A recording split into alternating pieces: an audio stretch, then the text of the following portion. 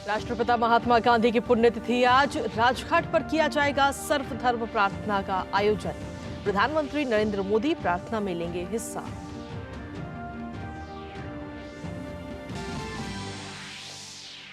सरकार ने बजट सत्र से पहले आज दोनों सदन के फ्लोर लीडर्स की बुलाई सर्वदलीय बैठक। सदन में उठाए जाने वाले मुद्दों समेत शांतिपूर्ण सत्र चलाने पर होगी चर्चा।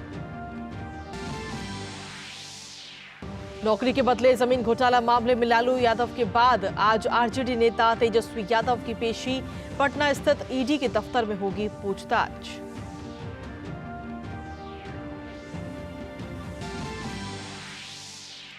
घने कोहरे की आगोश में यूपी बिहार से लेकर दिल्ली एनसीआर। कश्मीर में बर्फबारी से खिले लोगों के चेहरे। अगले 1 से 2 दिन में उत्तर भारत के कुछ इलाकों में बारिश के भी आसार।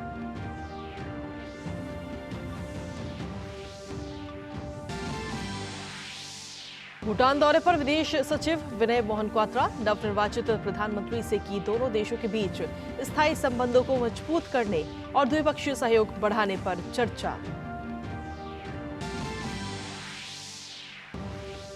अंतर्राष्ट्रीय खबरों में अमेरिका ने ईरान के साथ व्यापक युद्ध से किया इनकार। जॉर्डन में अमेरिकी सैनिकों की मौत पर बाइडेन ने कहा सही वक्त पर सही तरीके से देंगे जवाब।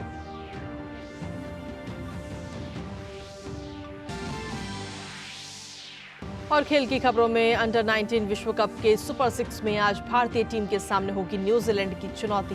भारत ने सभी ग्रुप मुकाबलों में दर्ज की है जीत।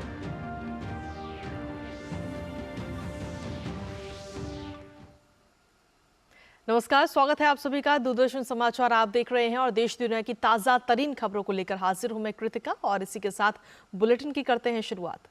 बापू की आज पुण्यतिथि है। सत्य और अहिंसा के रास्ते पर चलते हुए महात्मा गांधी ने न सिर्फ अंग्रेजों को भारत छोड़ने के लिए मजबूर किया, बल्कि लोगों के जीवन में बदलाव के लिए भी काम किया। उन्होंने दुनिया भर में अहिंसा परमो धर्म का संदेश भी दिया। गांधी जी स्वतंत्रता आंदोलन से तो जुड़े ही थे, बल्कि गांधी जी धार्मिक ग्रंथों का भी पाठ किया करते थे, जिसका उनके जीवन पर गहरा प्रभाव भी पड़ा। बापू भजन भी सुनते थे। वैष्णव जन तो तेने कहिए, बापू को सबसे अधिक ये पसंद था। जिस दिन महात्मा गांधी का निधन हुआ था, उसे हम शहीद दिवस के तौर पर मनाते हैं। इस मौके पर राजधानी दिल्ली के राजघाट स्थित गांधी जी की समाधि पर श्रद्धा सुमन अर्पित किए जाते हैं। वहीं संसद के बजट सत्र से पहले सरकार ने आज दोनों सदन में सुचारू कार्यवाही सुनिश्चित करने के लिए सर्वदलीय बैठक बुलाई है। बजट सत्र 31 जनवरी से 9 फरवरी तक चलेगा। संसदीय कार्य मंत्री प्रहलाद जोशी लोकसभा और राज्यसभा में राजनीतिक दलों के नेताओं के साथ बैठक करेंगे। 31 जनवरी को राष्ट्रपति द्रौपदी मुर्मू के अभिभाषण के साथ बजट सत्र की शुरुआत होगी। वित्त मंत्री निर्मला सीतारमण 1 फरवरी को अंतरिम बजट पेश करेंगी।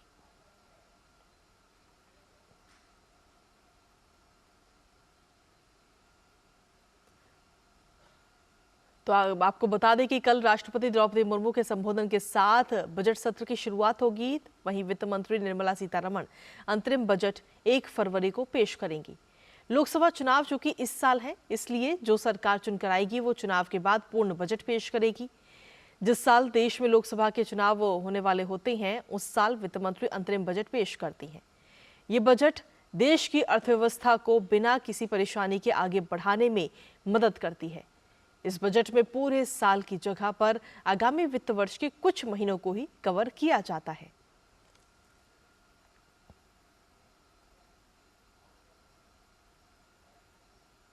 और चलिए अब बात बिहार की करते हैं, जहां नौकरी के बदले जमीन घोटाला मामले में आरजेडी नेता तेजस्वी यादव को आज प्रवर्तन निदेशालय ने पूछताछ के लिए बुलाया है। ईडी ने तेजस्वी यादव को पटना में स्थित दफ्तर में पेश होने के लिए कहा है। इससे पहले बीते कल ईडी ने आरजेडी प्रमुख लालू प्रसाद यादव से करीब 10 घंटों तक पूछताछ की थी। पटना के ईडी दफ्तर में उनके साथ बेटी मीसा भारती भी इस दौरान मौजूद थी। आपको बता दें कि ये पूरा मामला साल 2004 से लेकर 2009 के बीच है। उस वक्त RJD supremo Lalu Prasad Yadav rail मंत्री थे। लालू प्रसाद यादव पर आरोप है कि रेल मंत्री रहते हुए उन्होंने बिना विज्ञापन के सरकारी नौकरियां दी। इसके बदले में उन्होंने अभ्यर्थियों से जमीनें अपने नाम लिखवाई।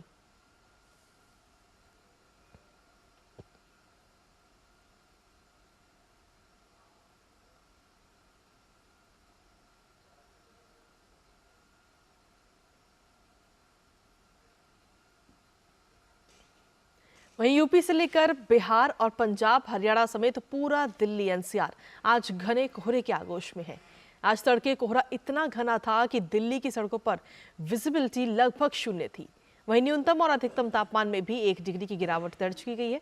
मौसम विभाग के मुताबिक उत्तर भारत में अगले 2 दिनों में मौसम और भी खराब हो सकता है। आने वाले दिनों में ज्यादातर हिस्सों में बारिश के भी आसार बन रहे हैं।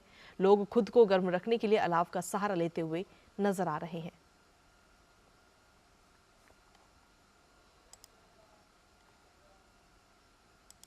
वहीं दिल्ली में कोहरे के कारण कई ट्रेनें देरी से चल रही हैं। परिचालन में देरी के कारण यात्रियों को परेशानी का भी सामना करना पड़ रहा है। कोहरे के कारण विजिबिलिटी ना के बराबर हो चुकी है और देरी से चलने वाली ट्रेनों में काशी एक्सप्रेस, जम्मू राजधानी, लखनऊ शताब्दी और भी इसके अलावा कई अन्य ट्रेनें भी इसमें शामिल हैं जो देरी से चल रही हैं।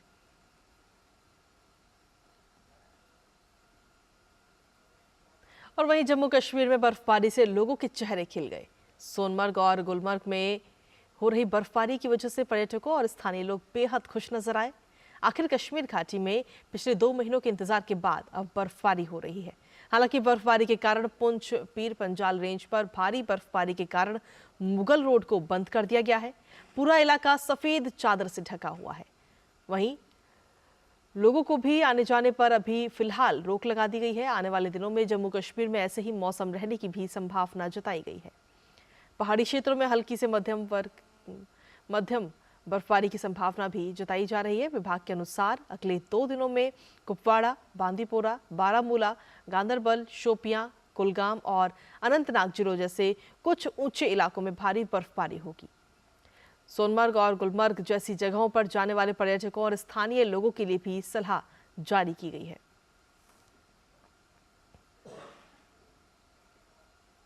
और चलिए खबरों में आगे बढ़ते हैं और अन्य खबरों का भी रुख कर लेते हैं, जहां भारत के विदेश सचिव विनय मोहन क्वात्रा इन दिनों भूटान की 3 दिन की यात्रा पर हैं, जहां उन्होंने कल भूटान के नए प्रधानमंत्री शेरिंग टोब्गे से भेंट की और दोनों देशों के बीच स्थायी संबंधों को मजबूत करने के लिए उनके साथ महत्वपूर्ण चर्चा की। दोनों ने इस हिमालयी राष्ट्र के साथ भारत के संबंधों को बढ़ाने के लिए परस्पर हित के क्षेत्रों और बहुविषयक सहयोग पर भी बातचीत की। भूटान में पीपल्स डेमोक्रेटिक पार्टी के नेता शेरिंग टोब्गे के नेतृत्व में नई सरकार के गठन के बाद भारत की ओर ये पहली उच्च स्तरीय यात्रा है। इससे पहले विदेश सचिव विनय मोहन क्वात्रा ने भूटान के विदेश सचिव ओम पेमा चोडेन के साथ द्विपक्षीय बातचीत भी की। बैठक में विकास कार्य संबंधित साझेदारी, अंतरिक्ष ऊर्जा, व्यापार, प्रौद्योगिकी, आर्थिक संबंधों जैसे तमाम मुद्दों पर व्यापक चर्चा की गई।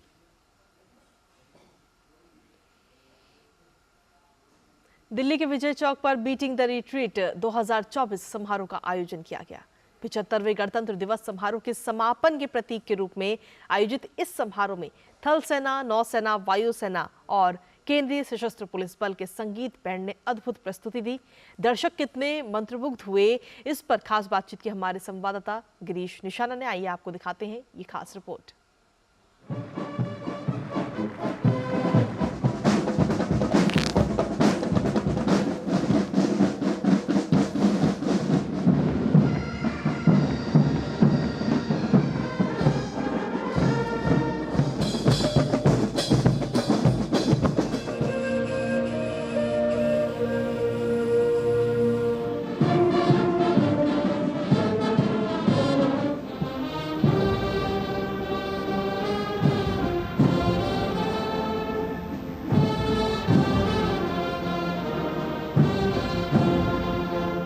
पिछहत्तरवें गणतंत्र दिवस समारोह के समापन के मौके पर आयोजित बीटिंग द रिट्रीट कार्यक्रम में भारतीय धुनों को सुना गया। किस तरह से लगा लोगों को, आइए बात करते हैं। सभी धुनें बहुत अच्छी थी, बहुत ही भव्य यहाँ का माहौल है, सारे जहाँ से अच्छा। और उसके बाद जो हमारे जी लता मंगेशकर जी का जो बहुत ही प्रचलित गाना है, ऐ मेरे वतन के लोगों जरा आँख में भर ले पानी, और जो बांसुरी वादन था सभी 2-3 बैंड ने बजाया, बहुत ही अच्छा था। फर्स्ट टाइम देखा है, पहली बार देखा, और बहुत ही हृदय स्पर्श करने वाला, एकदम बहुत बढ़िया। मेरे वतन के लोगों जो न्यू ये सॉन्ग ऐड किया, ये बहुत ही अच्छा लगे हम लोगों को। बहुत बहुत सैल्यूट है हमारी भारतीय सेना को, और मैं सैल्यूट करती हूँ दिल से अपने भारतीय सेनाएं हैं, और उनकी परफॉर्मेंस तो आज लाजवाब थी सर। रघुपति राघव राजा राम वाला। जब यहाँ हम आते हैं तो जो जोश होता है, जो जुनून होता है, जो देश की चीज़ें आप देखोगे ना, तब होता है। टीवी में एक रियल लाइफ में बहुत डिफरेंस है। और जो आर्मी के इन्होंने जो हमारे बड़े बड़े अधिकारी अफसर हैं जिन्होंने जो मैनेजमेंट किया, बहुत अच्छा किया है। पीछे सिटिंग एरिया सारा अच्छा था, बट जब आंखों से देखते हैं जो जोश है, वो टीवी में वो जोश नहीं देख पाएंगे आप। क्या परेड हुई, क्या मतलब हम जो सोच नहीं सकते उससे बियॉन्ड है चीज़ें। तो जय हिंद, जय भारत। भारतीय सेना की जो अद्भुत प्रस्तुति थी उसे देखकर लोग गदगद हो गए और उत्साहित हो गए। उत्साहित इसलिए हो गए क्योंकि जब भारतीय सेना के जवानों ने जो देशभक्ति की धुनें बजाई तो उसने एक अलग ही माहौल यहाँ पर बना दिया। कैमरामैन अजीत कुमार के साथ गिरीश निशाना, डीडी न्यूज, दिल्ली। वहीं गोवा में 6 से 9 फरवरी के बीच इंडिया एनर्जी वीक 2024 का आयोजन होने जा रहा है और इस कार्यक्रम में दुनिया भर के 100 से भी ज्यादा देशों के प्रतिनिधि ऊर्जा क्षेत्र के आगे की रणनीति पर विचार विमर्श करने के लिए इकट्ठा हो रहे हैं। इस कार्यक्रम का उद्देश्य साझेदारी और नवाचार को बढ़ावा देने के साथ ही ऐसे सॉल्यूशन का पता लगाना है जो भारत के ऊर्जा क्षेत्र को एक सतत और जीवंत भविष्य की ओर अग्रसर करेंगे।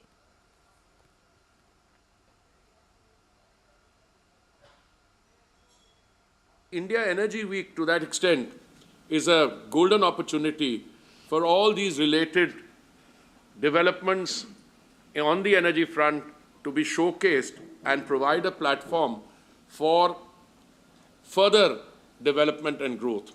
The event will also feature increased focus across the entire energy value chain, including 3 sessions on biofuels, 3 sessions on hydrogen, and 2 sessions on CCUS. वहीं हाल ही में आई नीति आयोग की रिपोर्ट में ये बात सामने आई है कि पिछले 9 साल में देश में 24 करोड़ 84 लाख लोग गरीबी रेखा से बाहर आए हैं। अब ऐसे में बात अगर मध्य प्रदेश की करें तो बीते 9 सालों में मध्य प्रदेश में 2 करोड़ 30 लाख की आबादी अब गरीबी रेखा से बाहर आ चुकी है। विशेषज्ञ हालांकि इसके पीछे की बड़ी वजह केंद्र सरकार की उन योजनाओं का जमीनी स्तर पर क्रियान्वयन होना बताते हैं जिससे गरीबी मापने के पैमानों पर सीधा असर पड़ता है। आइए आपको दिखाते हैं इसी पर आधारित ये खास रिपोर्ट। विश्व बैंक का पैमाना है कि जो व्यक्ति 180 रुपए या उससे ज्यादा प्रतिदिन कमाता है वो गरीब नहीं है। मध्य प्रदेश, उत्तर प्रदेश और बिहार के बाद तीसरे नंबर का ऐसा राज्य बन गया है जिसने अपनी 2 करोड़ 30 लाख की आबादी को विगत 9 सालों में गरीबी से बाहर निकाला है। ये आंकड़े हमारे नहीं है बल्कि पिछले दिनों आई नीति आयोग की एक रिपोर्ट में सामने आए हैं। नीति आयोग की यह रिपोर्ट 12 पैमानों पर केंद्रित है। इसमें साल 2013 से 14 की स्थिति में देश में गरीब आबादी के अनुपात और 2022 से 23 में देश में गरीब आबादी के अनुपात की तुलना की गई है। नीति आयोग के इस निष्कर्ष में गरीबी कम होने की बड़ी वजह केंद्र सरकार की पीएम अन्न योजना, जनधन योजना, मुद्रा योजना, उज्ज्वला योजना, पीएम आवास योजना के साथ ही पोषण मिशन, प्रधानमंत्री सुरक्षित मातृत्व अभियान और 100% बिजली उपलब्धता के लिए सौभाग्य जैसे प्रयासों का जमीनी स्तर पर फलीभूत होना बताया गया है। मध्य प्रदेश आयुष्मान भारत योजना, जल जीवन मिशन, प्रधानमंत्री आवास योजना, प्रधानमंत्री मातृ वंदना योजना, अमृत सरोवर योजना, पीएम स्वनिधि योजना, प्रधानमंत्री ग्राम सड़क योजना, प्रधानमंत्री किसान सम्मान निधि, उज्ज्वला योजना, एग्रीकल्चर इंफ्रास्ट्रक्चर फंड योजना और स्वामित्व योजना आदि में देश में अग्रणी है। इन योजनाओं की मध्य प्रदेश में स्थिति को भी समझते हैं। मध्य प्रदेश में प्रधानमंत्री गरीब कल्याण अन्न योजना के तहत 4.83 करोड़ से ज्यादा लाभार्थियों को मुफ्त में अनाज मिल रहा है। 82.72 लाख से ज्यादा गरीब परिवार की महिलाओं को मध्य प्रदेश में उज्ज्वला गैस सिलेंडर के अंतर्गत गैस कनेक्शन मिला है। करीब 4.24 करोड़ से ज्यादा जन धन खाते खुले हैं जिसमें सरकार की योजनाओं का पैसा सीधे हितग्राही तक डीबीटी के जरिए पहुंचने लगा है।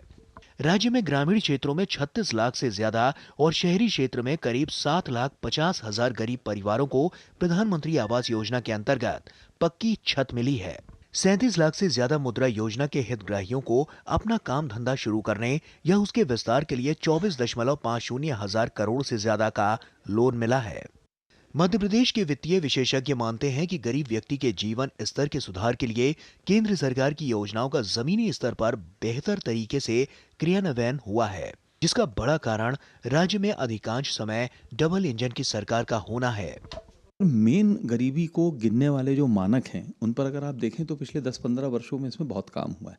विशेष तौर पे मैं अगर वर्तमान जो सरकारें हैं मध्य प्रदेश की, भारत की, अगर आप देखें तो जिस तरह से प्रधानमंत्री आवास योजना आई, जिस तरह से उज्ज्वला योजना आई और घर घर ईंधन पहुंचा है, जिस तरह से आयुष्मान भारत हेल्थ में और डीबीटी से चूंकि उनके पास डायरेक्ट पैसा गया है तो नेचुरली कहीं ना कहीं जब इनकम आपके पास आपके खाते में दिखती है तो आपका स्तर बढ़ता है। तो मुझे लगता है समग्र रूप से जो योजनाएं हैं जो बहुत ही फोकस्ड हैं, पावर्टी को हटाने के या पावर्टी इरेडिकेशन के लिए जो फोकस्ड अप्रोच होता है, टारगेटिंग टू द पॉइंट, उस पर ही आधारित होने के कारण ये एकदम फर्क आया है। नीति आयोग की इस रिपोर्ट के अनुसार पिछले 9 साल में देश भर में 24.82 करोड़ लोग गरीबी से बाहर आए हैं।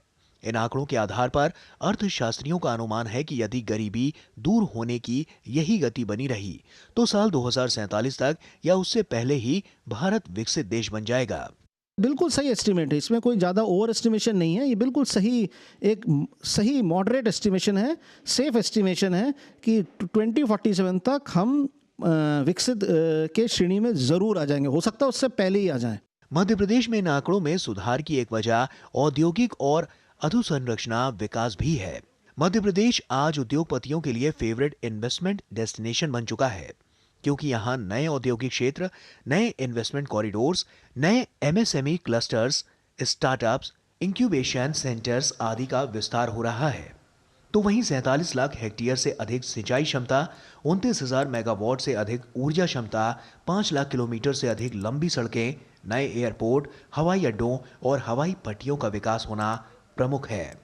नीति आयोग की ये रिपोर्ट 2024 की शुरुआत में खुशखबरी लेकर आई है। भारत को आज़ाद हुए 75 साल हो चुके हैं। अगले 25 साल यानी कि अमृतकाल में अगर भारत की नीति और नीयत इस तरह ही साफ रही और अगले 25 साल अगर पराक्रम की पराकाष्ठा ऐसे ही भारत करता रहा तो 2047 तक यानी कि जब हम आज़ादी के 100 साल पूरे कर चुके होंगे तो गरीबी को जड़ से मिटा सकते हैं। भोपाल से आदित्य श्रीवास्तव, डीडी न्यूज़। और चलिए इसी के साथ खबरों में आगे बढ़ेंगे, जहां खाड़ी क्षेत्र में तनावपूर्ण स्थिति के बीच समुद्री मार्गों पर सुरक्षित आवागमन को लेकर लगातार संकट बना हुआ है। अब ऐसे में भारतीय नौसेना भी अलर्ट मोड में है। सोमालिया के पूर्वी तट और अदन की खाड़ी में समुद्री डकैती रोधी अभियानों पर तैनात आईएनएस सुमित्रा ने ईरानी ध्वज वाले मछली पकड़ने वाले जहाज ईमान के अपहरण किए जाने के संबंध में एक इमरजेंसी हेल्प कॉल का त्वरित जवाब दिया। मछली पकड़ने वाले इस जहाज पर समुद्री डाकू सवार थे और उन लोगों ने चालक दल को बंधक बना लिया था।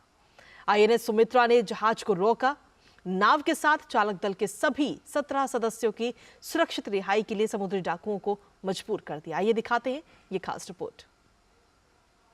भारतीय नौसेना के युद्धपोत आईएनएस सुमित्रा ने अरब सागर में कोच्चि से 700 समुद्री मील पश्चिम में सोमाली समुद्री डाकुओं द्वारा अपहृत मछुआरों को बचा लिया है। लगभग 17 क्रू सदस्यों वाले ईरानी मछली पकड़ने वाले जहाज एमवी ईमान का सोमाली समुद्री डाकुओं ने अपहरण कर लिया था। आईएनएस सुमित्रा ने जहाज को रोका, नाव के साथ चालक दल के सभी 17 सदस्यों को सुरक्षित रिहाई के लिए समुद्री डाकुओं को मजबूर कर दिया। आईएनएस सुमित्रा अब इलाके से बाहर निकल गया है। युद्धपोत पर मौजूद ALH ध्रुव हेलीकॉप्टर्स ने अपहृत जहाज को घेरे में लिया ताकि उस पर मौजूद समुद्री डाकुओं को चेतावनी दी जा सके। सूचना मिली थी कि ईरानी ध्वज वाले मछली पकड़ने वाले जहाज ईमान का अपहरण हो गया है, जिसके बाद ये अभियान शुरू हुआ। आइए समझते हैं पिछले कुछ महीनों में लाल सागर, अदन की खाड़ी और अरब सागर में कौन कौन से भारतीय नौसेना के युद्धपोतों को तैनात किया गया है। 26 जनवरी को हुती विद्रोहियों ने ब्रिटिश तेल टैंकर मार्लिन लुआंडा को निशाना बनाया था। इस पर 22 भारतीय सवार थे। आईएनएस विशाखापत्तनम को 26 जनवरी को रात तेल टैंकर से एक क्राइसिस कॉल के जवाब में अदन की खाड़ी में तैनात किया गया। 18 जनवरी को अदन की खाड़ी में एक जहाज पर ड्रोन अटैक किया गया। भारतीय नौसेना का युद्धपोत आईएनएस विशाखापत्तनम अलर्ट हुआ और तुरंत जहाज की मदद की। आईएनएस विशाखापत्तनम ने एमवी जेनको पिकार्डी को सहायता तुरंत पहुंचाई। दिसंबर में अरब सागर में हमलों को ध्यान में रखते हुए भारतीय नौसेना ने बचाव के लिए विभिन्न क्षेत्रों में विध्वंसक प्रक्षेपास्त्र पोत, आईएनएस मोरमुगाओ, आईएनएस कोच्चि और आईएनएस कोलकाता तैनात किया। हिंद महासागर, फारस की खाड़ी, अदन की खाड़ी और सोमालिया के पूर्वी तट में भारतीय नौसेना द्वारा अपहृत जहाज और चालक दल की सुरक्षित रिहाई सुनिश्चित की जा रही है। भारत का मात्रा के हिसाब से 90% से अधिक और मूल्य के हिसाब से 67% से अधिक व्यापार समुद्री मार्ग से होता है। भारत ने वाणिज्यिक नौवहन की सुरक्षा के लिए समय पर मदद के लिए अंतर्राष्ट्रीय स्तर पर प्रशंसा बटोरी है। Bureau report, DD news. और चलिए बुलेटिन में आगे बढ़ते हुए बात करते हैं अंतर्राष्ट्रीय खबरों की, जहां जॉर्डन सीरियाई सीमा पर स्थित अमेरिकी सैन्य ठिकाने पर हुए ड्रोन हमले में 3 अमेरिकी सैनिकों की मौत के बाद अमेरिकी प्रशासन ने कहा कि वो ईरान के साथ व्यापक युद्ध नहीं चाहता। व्हाइट हाउस के राष्ट्रीय सुरक्षा प्रवक्ता जॉन किर्बी ने कहा कि हम संघर्ष करना नहीं चाहते हैं। अमेरिका ने इस हमले के लिए ईरान समर्थित चरमपंथी समूह को जिम्मेदार बताया है। हालांकि ईरान ने अमेरिका के आरोपों का खंडन भी किया है। इससे पहले अमेरिकी राष्ट्रपति जो बाइडेन ने कहा कि अमेरिका अपने हिसाब से बदला लेगा। अमेरिका के विदेश मंत्री एंटनी ब्लिंकन ने कहा कि गजा से बंधकों की रिहाई सुनिश्चित करने का नया प्रस्ताव लाया गया है, वो पहले के मुकाबले काफी बेहतर और मजबूत है। इससे पहले व्हाइट हाउस के राष्ट्रीय सुरक्षा प्रवक्ता जॉन किर्बी ने कहा था कि अमेरिका गजा में हिंसा को समाप्त करने के लिए संघर्ष विराम चाहता है। चिली में इन दिनों भीषण गर्मी पड़ रही है। राजधानी सेंटियागो में भीषण गर्मी के प्रकोप को देखते हुए रेड अलर्ट जारी किया गया है। कई क्षेत्रों में तापमान 35 डिग्री के पार दर्ज किया गया। प्रशासन ने लोगों को घरों में रहने की हिदायत दी है। मौसम वैज्ञानिकों के अनुसार जलवायु परिवर्तन के कारण चिली में ऐसी स्थिति पैदा हुई।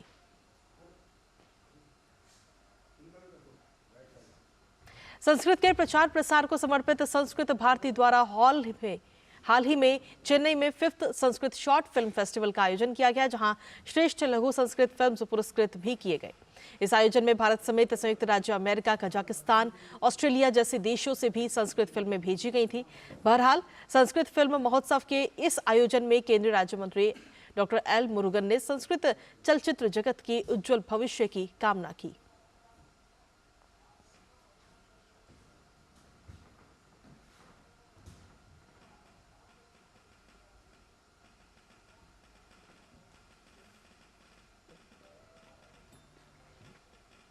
Our government is always with the cine industry to motivate our new generation also. This Sanskrit short movies, one day they can go, they can get Oscar award and they can make proud of our country and our tradition, our culture, our ethos.